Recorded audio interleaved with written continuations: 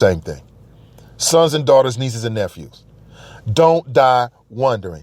Don't let these people tell you what you can't do or make you feel like it's too big or you're insignificant. To hell with that. The way I look at it is somebody got to do it. Why not me? Why not you? In whatever your respective career or talent or skill is. Don't die wondering. Do it. Do it, because time is not waiting for any of us. Before you know it, we'll all be gone. My name is Nathan Ivey. I'm live from the Republican National Convention in Cleveland, Ohio, and we'll be back with more right after this. My name is Meera Batra. I have been in this country 32 years, and this is how I live united. America has always been the land of promise, and in my community, many families have come for a better life.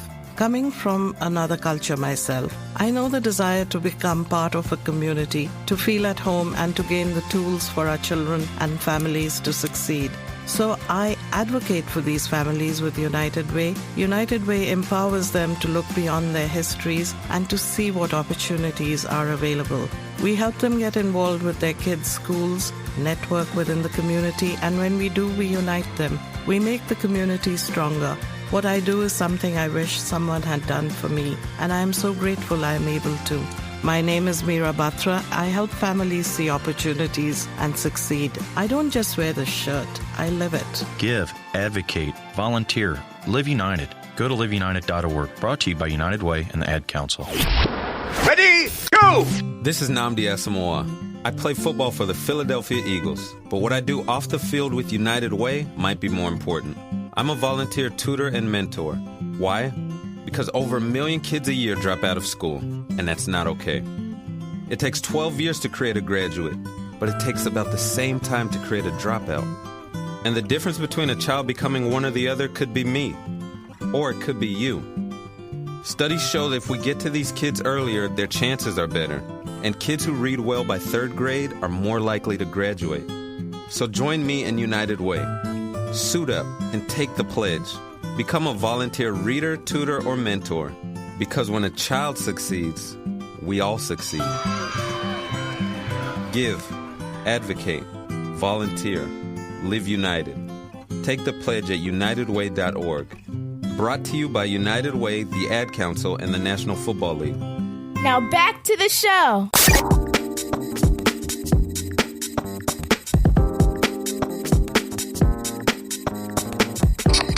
Hey, good morning, everyone, and welcome back. Nate Ivey with you. I'm live in Cleveland. I'm live in Cleveland at the Republican National Convention 2016. I'm your ears. I'm your eyes. And it's been quite honest. It's honestly been quite an interesting experience. Now, later on today, I am going to be at the convention for most of the day. Just watching everything as things get prepared, meeting people, networking, experiencing as much as I can from this trip, from this adventure, as I've been calling it with my wife. So, but later on, as things actually get serious and the main events takes focus, I'll be there as well. I'll be on Radio Row. Listen, you might even see me doing some video bombing. Okay. If I can video bomb Roland or Mika and Joe or some of these Gilligans from Fox, I'm doing it.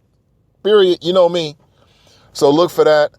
And I'll give you more details. I want to talk with delegates later on today. I want to see the whole process. I think it's a really interesting process that we do in our democracy. Some say it's all a sham, like, they know who the president's going to be years and years in advance. Maybe, maybe not. But they still have these processes, and I want to take as much. I want to see everything, as a matter of fact. Before we get too deep, though, I've got some good, smart people who are working on this show with me. Again, the good folks at Superlative Media. They do great work.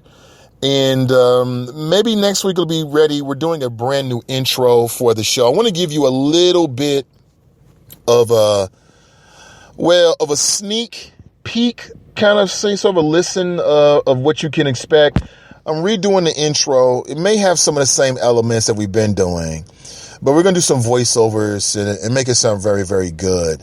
And I've decided to go with a new intro theme. I want to give you a little bit of just a snippet of what the show is going to sound like in terms of the intro and the outro. Check this out.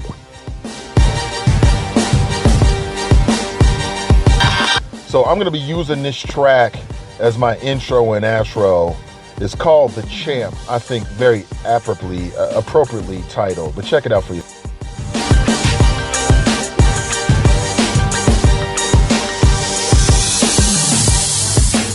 All right, enough of that. You get the gist of it. So that'll be probably next week as I get settled for the rest of this week and get back into what we do on a regular basis every morning. But I want to give you a heads up. So if you hear something different within the next few days, I say probably Monday at the earliest, then it's still me. We're just moving forward with the project. Want to give you, Team I, the good folks of the Chop Shop, the good denizens of the Chop Shop, a head up on what's going on first. Tracy says she likes it. Jackie writes, Trump is running. And I ran into Tracy, actually. I left on Sunday. I ran into Tracy on Saturday. Tracy's good folk. It's good to see her. Jackie writes, Trump is running as an underdog. Fear, racism. Nate, what do you think Trump's turn down NAACP? Jackie, I'm not sure what that second sentence means, but you're right. He is running on fear. It's all fear. Lying, Ted, crooked Hillary.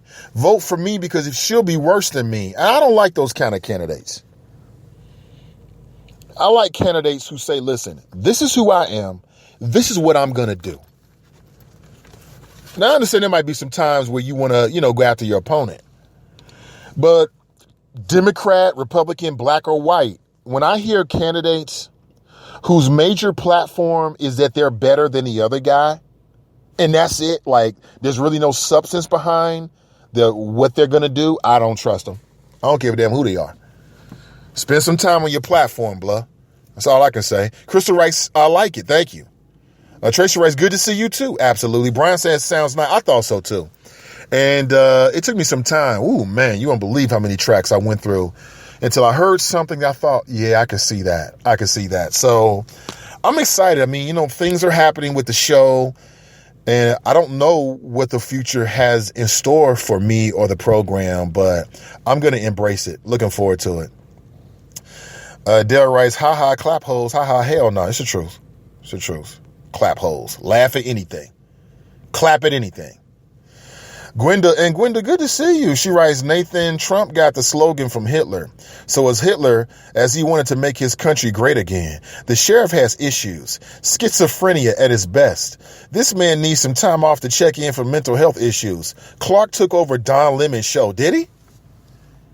Don Lemon? Don Lemon ain't no pushover now. Don Lemon, I've seen him fight back, and I like that. I like media people that don't like their guests or these VIPs or whoever, politicians, whoever, to come into their space and take over. Like, you already know I ain't going for that. You can get your speech. We can disagree. They disagree. You would even come at me a little bit. I'm okay with that. But at a point, man, nah, all that stuff got to come to an end. I'm surprised. I haven't seen the video. I'm surprised by that, quite honestly. I'm really surprised to hear that. I got to watch it. Yes, Kasich was at the NAACP convention. I'm wondering, is anybody there? I know there were a lot of people who attended the workshops and things like that. NAACP in the city of Cincinnati, which is a great look for us. And I hope that some of that NAACP convention money actually makes its hands into the pockets or makes its way into the pockets of black people. But the other side of that is that when you have a convention or you have these kind of, special events, are the people, are black people in a position to take advantage of it? That's the other part about it. Like, you can have all the conventions in the world, but if you're not in a position to take advantage of this traffic or to take advantage of these new tourists or people who will be, wherever you reside, then what difference does it make? What difference does it make? So listen, use me as an example. Whatever it is that you really want to do with your life, do it. Do it. Maybe you got to start part-time, depending on whatever your lifestyle is and your responsibilities, but do it. If you want to rock the mic, rock the mic. If you want to grace the stage, grace the stage. Just do it. And what I've learned, and that's what I've always done. And don't think this ish is easy. There's no book to this. I didn't read a blueprint or follow the breadcrumbs from somebody else. I just said, I'm going to do it. Period. And hopefully people can get into it and get something out of it. And if they don't, then I'm satisfying what I need to do for myself. Because I don't care who you are. Every person in this, anyone who can hear me right now, you have a talent. I don't know what it is, but you have a talent. We are all blessed uniquely with a talent. Gifts from God. Some people know what their talent is. Some people don't. That's the first hurdle, is figuring out what it is that you want to do. But once you do, attack it. Nurture it. Be selfish about it. Don't let nobody take you off of your path. Because life will do that to you. Family will do that to you. Kids, relationships, just life in general. You got to be selfish. You got to be true to yourself and true to your talents and true to your path. And it is possible. I don't know where this is going to take me. It may not go anywhere. But I've already gotten a great deal out of it because, one, I've got a chance to connect with great people like many of you, like Tracy and many others. And number two, I'm doing something that I enjoy doing, and hopefully we can have an impact with this. And just in terms of sharing information, I mean, let's be honest here. We ain't splitting the atom with this show. We know that. But we get a chance to come together and converse about the issues, trade information, share information. Sometimes it's just entertainment. I get it. Deanna writes, I park at the garage next to DE Convention Center. They charging $30 to park. I've never seen that price that high for any other convention/event. Yep. Same things happen in Cleveland. I'm in downtown Cleveland in the theater district. Very beautiful. Very beautiful. And they've got parking for $40. All day parking for $40. Now, what's interesting is right around the corner, there's a place for $20. But on this particular strip where it seems to me there's a lot of press, a lot of VIPs I've seen walking to and from the various hotels and other establishments on this particular strip in Cleveland. So, it must be a high traffic area. So, you know how it is. Listen, when the Reds are in town, there are parking garages that are down there by Bicentennial Commons. Typically, they're $5. When the Reds are in town, what happens? $10. Same thing happens whenever you have an event down there. And it's not just the Black Family Reunion, because I've been to numerous events down there. They always charge more money. And if I owned a lot, I would charge more money too. And so would you. We all know it. It's called capitalism. Brian writes, do they have a specific place where the protesters will be? That's a damn good question, B. I've seen protesters. Like yesterday, I saw about 8 people. They're walking down this very same street I'm on right now. Again, it's a beautiful street, lots of traffic, people from all over. They've got something called the RTA. It's the RTA. And basically it's like a train system. And I thought, damn, we need that in the city of Cincinnati. We need that very, very badly. Many shops, you name it, they've got on this particular strip. I'm on Prospect. If you know anything about Cleveland, I'm on Prospect, Huron. I'm around that area right now. And, that's just the name of the game. It really is. I've seen protesters, but I've not seen dozens and dozens of protesters. I would anticipate that you're going to see more of that today. And you're going to see more of that when Donald Trump is actually here. I would anticipate that on Thursday, I believe it is, when Donald actually accepts the nomination from the Republican Party, when he's actually in town, that's when security is going to go way up. And that's when you're going to see the protesters because they want to have the biggest bang. I understand it. Gwenda writes, and again, good morning, Gwenda. She writes, Don asked Clark to leave several times as he was ranting about Black Lives being a hate group. Just ranting and kept asking questions to Lemon. He wouldn't give answers to Lemon. Don was like, you can go and excuse yourself. Yeah, that sounds like Don. Don don't play. And I ain't mad at him because he's in that position and he got to maintain it. And if he got to cut an interview short, then you got to go.